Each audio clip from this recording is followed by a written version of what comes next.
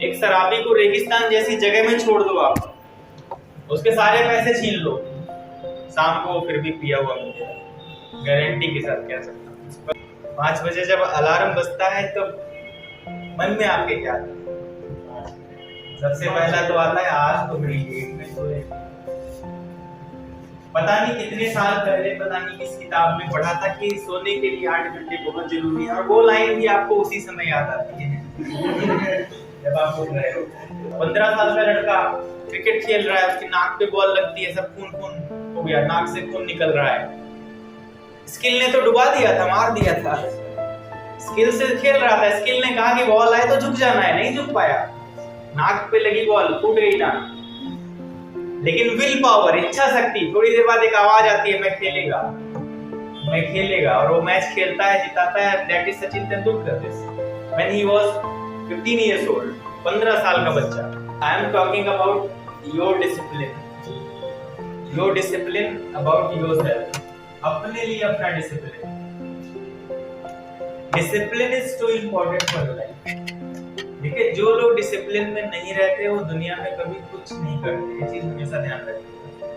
आप लोग की बात करें तो डिसिप्लिन कैसे हैं? 90% लोग, 10% लोग चलो फॉलो करते हैं, तो 90% लोग कैसे डिसिप्लिन है कि शाम को सोचा कि सुबह जल्दी उठेंगे, अलार्म लगाया 5 बजे का अलार्म लगाया, आदेश दिया कि अपने प्रभु को 5 बजे उठा देना। अलार्म ने सोचा ठीक है प्रभु उठा देंगे। अब सुबह 5 बजता है, अलार्म बजता है। 5 बजे जब अलार्म बजता है तो मन में आपके क्या आता है? सबसे पहला तो आता है आज तो मेरी डेट में सोए। पता नहीं कितने साल पहले पता नहीं किस किताब में पढ़ा था कि सोने के लिए 8 घंटे बहुत जरूरी है, और वो लाइन भी आपको उसी समय याद आती है जब आप उठ रहे हो, जब अलार्म बजता है कि यार 8 घंटे समझ रहे ना? आपका अलार्म आपसे भीख मांग रहा होता है, प्रभु उठ जाओ, लेकिन आपको एक फोन में ऑप्शन मिल जाता है स्नूज, आप उसको स्नूज कर देते हो, थोड़ी देर बाद फिर उठाना। ठीक है प्रभु, मान जाता है अलार्म, थोड़ी देर बाद फिर वो आपसे लड़ाई कर रहा होता है, प्रभु उठ जाओ, आप फिर नहीं उठते। 1.5 घंटे बाद, 2 घंटे बाद जब आँख खुलती है फिर आप शुरू करते हैं। तो आप सोचिए ये आपका डिसिप्लिन है। 90% लोगों का यही डिसिप्लिन है। 10% लोग फॉलो करते हैं कि बजा अलार्म और उठ गए।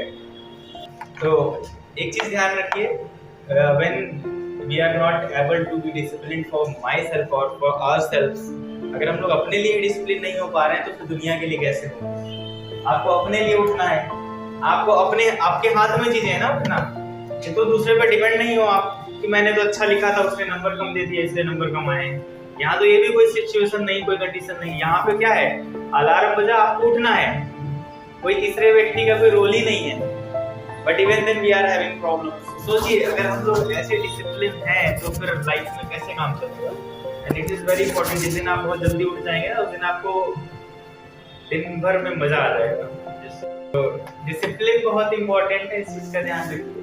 और डिसिप्लिन में क्या चीजें आती हैं कि कई बार होता है क्या है, हम लोग थोड़ी सी चीजें मोटिवेशन वाली देखते हैं और हम थोड़ा सा मोटिवेट हो जाते हैं। उसके बाद कुछ दिन बाद क्या होता है कि वो मोटिवेशन उतर जाता है। जब हम सोशल लाइफ में आते हैं तो हम चीजों को फिर से भूल जाते हैं और फिर से हमारा इंटरेस्ट खत्म हो जाता है। इसका सिंपल सा एग्जांपल हम लेते हैं, जब आपका नया कोर्स आता है स्कूल का, सारा मन कॉपी किताबों में रखा है ना, कोई मतलब खाली समय मिला चलो बस्ता उठाते हैं, नई कॉपियां, नई किताबें। अच्छा कितने दिन के लिए? 10 दिन, 15 दिन या मुश्किल से 1 महीना। फिर उसके बाद मन वहां से खत्म, पढ़ाई में भी मन नहीं लगता फिर। और जब नया कोर्स आता है तो कभी ये डिजाइन लगा के उसमें नेम स्लिप लगाएंगे, कभी वो डिजाइन लगा के नेम लिखेंगे, पूरा मन किताबों में रखा रहेगा। अच्छा इसमें ये भी चैप्टर है, बड़ा मजा आएगा पढ़ने में, लेकिन पढ़ने की बारी आती है तब सो जाते हैं, बोर हो जाते हैं। तो इसको सेल्फ डिसिप्लिन नहीं कहेंगे, ठीक है? सेल्फ डिसिप्लिन मतलब आपने एक बार कोई चीज ठान ली और उसको कंटिन्यू पूरे ईयर फॉलो किया, दैट इज डिसिप्लिन। जैसे एक लड़का था, अच्छी फैमिली से था, उसने सोचा मुझे यूपीएससी क्वालिफाई करना है, यूपीएससी की तैयारी करूंगा और मैं उसको क्वालिफाई करूंगा, कुछ भी हो जाए। अच्छा ये सपना उसका जागा क्यों? वो अपनी रिलेशन में गया था एक पार्टी में, वहां पे देखा एक IPS ऑफिसर आते हैं, तो उनको देखकर वो बड़ा इंप्रेस हुआ कि उसके बड़े रुतबे हैं, लोग इतना सम्मान कर रहे हैं, वेलकम कर रहे हैं, अच्छे से बात कर रहे हैं, सब बहुत रिस्पेक्ट दे रहे हैं। उसको बड़ा अच्छा लगा और उसके मन में आ गया मैं UPSC की तैयारी करूंगा, मैं भी ऐसे करूंगा। उसने अपना डिसिप्लिन फॉलो कर लिया कि मुझे क्या क्या करना है। उसने बहुत सारी किताबें खरीद ली, सारी बुक्स अरेंज कर ली UPSC की तैयारी करने के लिए, और YouTube पे बहुत सारे चैनल फॉलो कर लिए स्टडी करने के लिए, और शहर से दूर दूसरे शहर में जाके तैयारी करने लगा, रूम लेकर रहने लगा और तैयारी करने लगा। बहुत मन से अपना तैयारी कर रहा था, सारी चीजें फॉलो कर रहा था। लेकिन जस्ट आफ्टर 1 मंथ, 1 महीने बाद उसका सारा जो इंटरेस्ट था धीरे धीरे खत्म हो गया। 1 महीने बाद डिसिप्लिन भी भूल गया क्योंकि वो बोर हो गया पढ़ते पढ़ते, ये क्या शेड्यूल है, मैं परेशान हो गया, और उसका UPSC क्वालिफाई नहीं हुआ। तो if you are not paying attention, if you are not discipline, तो सेम यही कंडीशन होगी कि क्वालिफाई नहीं होगा। And I was telling you the real story कि हम लोग जब कोई चीज डिसाइड करते हैं तो बहुत ज्यादा अंदर कॉन्फिडेंस होता है कि करेंगे करेंगे, कर डालेंगे, ये चाहे जो हो जाए, धरती में पैर मार के पानी निकाल देंगे, इतना ज्यादा कॉन्फिडेंस होता है।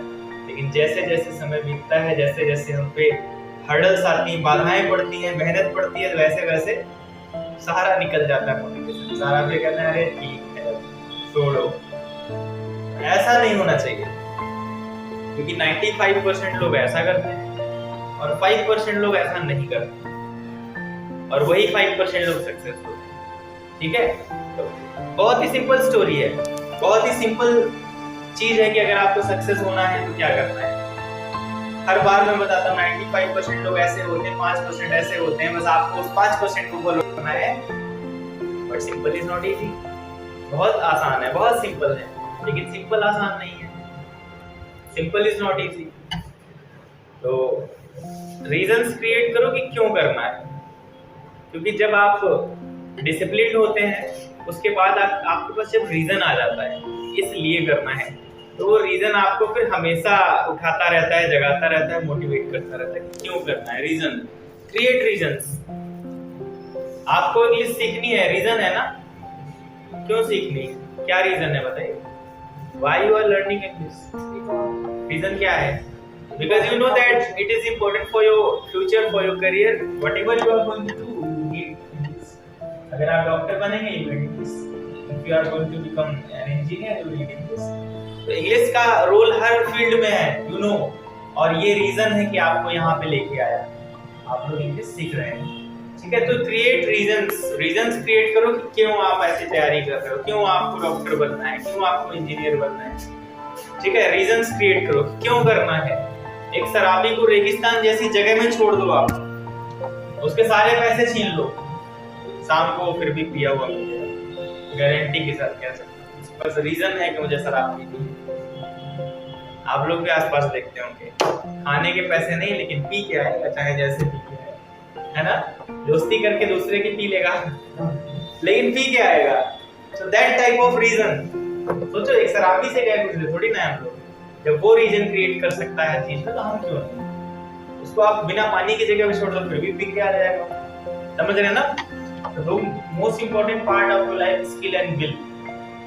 दो चीजें जिसके अंदर होती हैं वो हमेशा सक्सेस होता है, स्किल एंड विल। स्किल मतलब जो आपके अंदर खूबियां हैं, स्किल्स, और विल इच्छा शक्ति, दृढ़ निश्चय जो आप बनाते हैं, इच्छा शक्ति। अच्छा, कई बार स्किल्स फेल हो जाती हैं, वहां पर क्या काम आता है, विल पावर। अगर आपके अंदर इच्छा शक्ति है, अच्छा जिसके अंदर इच्छा शक्ति नहीं है कोई फेल हो जाता है, जब स्किल फेल होती है और वो फेल हो जाता है। जिसके अंदर विल पावर है वो कभी फेल नहीं होता है, कभी भी फेल नहीं होता है। 15 साल का लड़का क्रिकेट खेल रहा है, उसकी नाक पे बॉल लगती है, सब खून हो गया, नाक से खून निकल रहा है। स्किल ने तो डुबा दिया था, मार दिया था। स्किल से खेल रहा था, स्किल ने कहा कि बॉल आए तो झुक जाना है, नहीं झुक पाया, नाक पे लगी बॉल, फूट गई नाक। लेकिन विल पावर, इच्छा शक्ति, थोड़ी देर बाद एक आवाज आती है, मैं खेलेगा, और वो मैच खेलता है, जिताता है। That is Sachin Tendulkar when he was 15 years old, 15 साल का बच्चा। तो स्किल ने तो डुबा दिया था, वहां पे किसने खड़ा किया, विल ने खड़ा किया। तो विल पावर अगर आपके पास में है ना, तो आपको दुनिया की कोई ताकत गिरा नहीं सकती, आपको फेल नहीं कर सकता। तो विल पावर कहाँ से आएगी? व्हेन यू क्रिएट रीजंस, जब आपके पास रीजन होंगे कि क्यों करना है। ठीक है, Muhammad Ali the great fighter, Muhammad Ali नाम के अपने ग्रेट फाइटर हैं इंडिया के, उनके बॉक्सिंग करते हैं, तो बॉक्सिंग मुक्केबाजी कर रहे थे, एक मुक्का पड़ता है सामने से, गिर जाते हैं नीचे। मतलब स्किल ने उनको गिरा दिया था, लेकिन विल ने कहा एक बार और खड़ा हो जाए यार, इज्जत की बात है, मेडल चला जाएगा। उस विल पावर ने कि क्यों करना है, देश की नाक नीचे जा रही है, एक बार और खड़ा हो जाए, अंदर से आवाज आती है वो विल पावर, और फिर से खड़ा हो जाता है, फिर लड़ने लगता है और वो फिर जीतता है।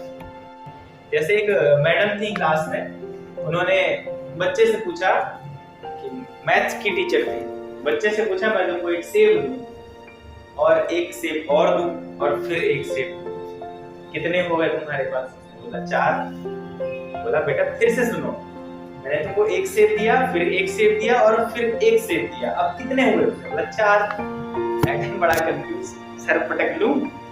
फिर से सुनो, फिर बोलती हैं सुनो मैंने तुम्हें एक सेब दिया, फिर एक सेब दिया और फिर एक सेब दिया। बच्चा बोला 4। मैडम बड़ा कंफ्यूज, पागल कर देगा मुझे। फिर से सुनो, इस बार संतरा लेते हैं, मैंने तुम्हें एक संतरा दिया, फिर एक संतरा दिया और फिर एक संतरा दिया, कितने हुए? बच्चा बोला 3।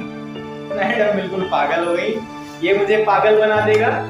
कहती बेटा फिर से सुनो, मैंने तुमको एक सेब दिया, फिर एक सेब दिया और फिर एक सेब दिया, और कितने हुए? लड़का बोला 4। मैडम बड़ा कंफ्यूज, संतरे 3 सेब 4 कैसे? उसने कहा सेब मेरे बैग में पहले से रखा हुआ है।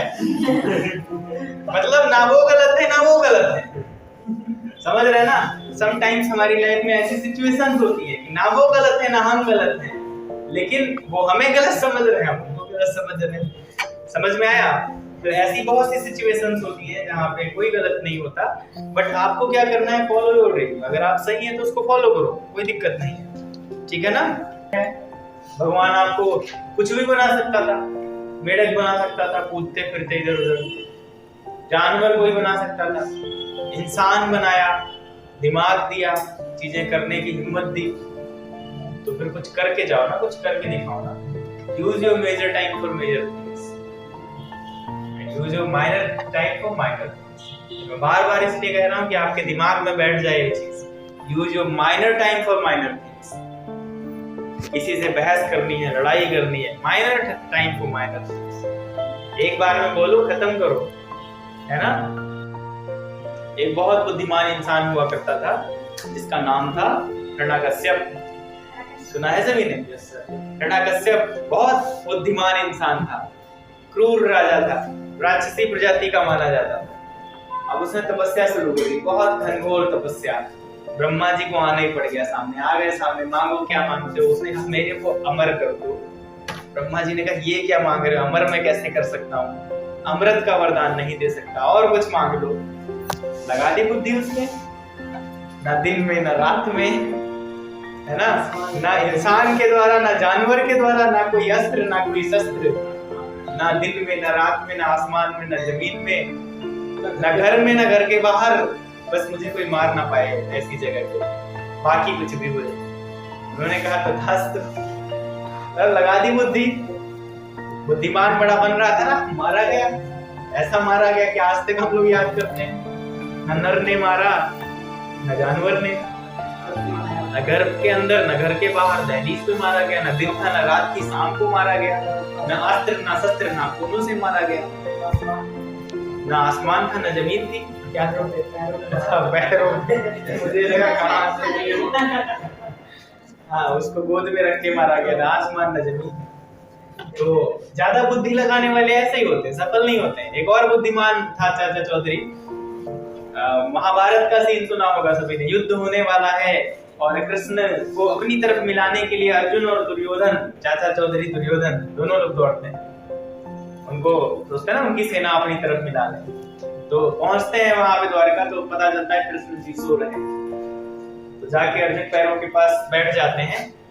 दुर्योधन पहले से बैठा था, लेकिन सिंहासन जो था वो सर की तरफ एक पड़ा हुआ था, दुर्योधन जाके उस पर बैठा था। अर्जुन को सिंहासन नहीं मिलता, फिर भी वो चरणों की तरफ सिंपली वहीं पे बैठ जाते हैं नीचे। कृष्ण की जब आंख खुलती है, देखते हैं अरे अर्जुन तुम, मुझे पता है तुम क्यों आए हो, मांगो क्या मांगते हो। चौधरी बोले पहले मैं आया हूँ, बैठा था वहीं पे दुर्योधन, बोला पहले तो मैं आया हूँ, मैं मांगूंगा।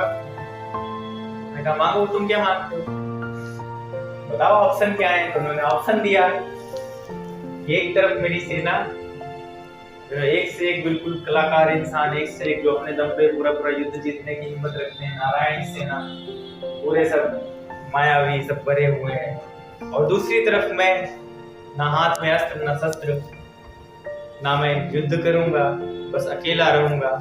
तो उसने कहा तो फिर तुमको क्या करूंगा मैं, लगा दी बुद्धि, सेना चाहिए मुझे सेना। कुल के सहित मारा गया, पूरा कुल खत्म हो गया, है ना। बुद्धिमान लोग ऐसे ही होते हैं, बुद्धिमान लोग हमेशा, ज्यादा बुद्धि लगाओगे ना तो फेल होगे।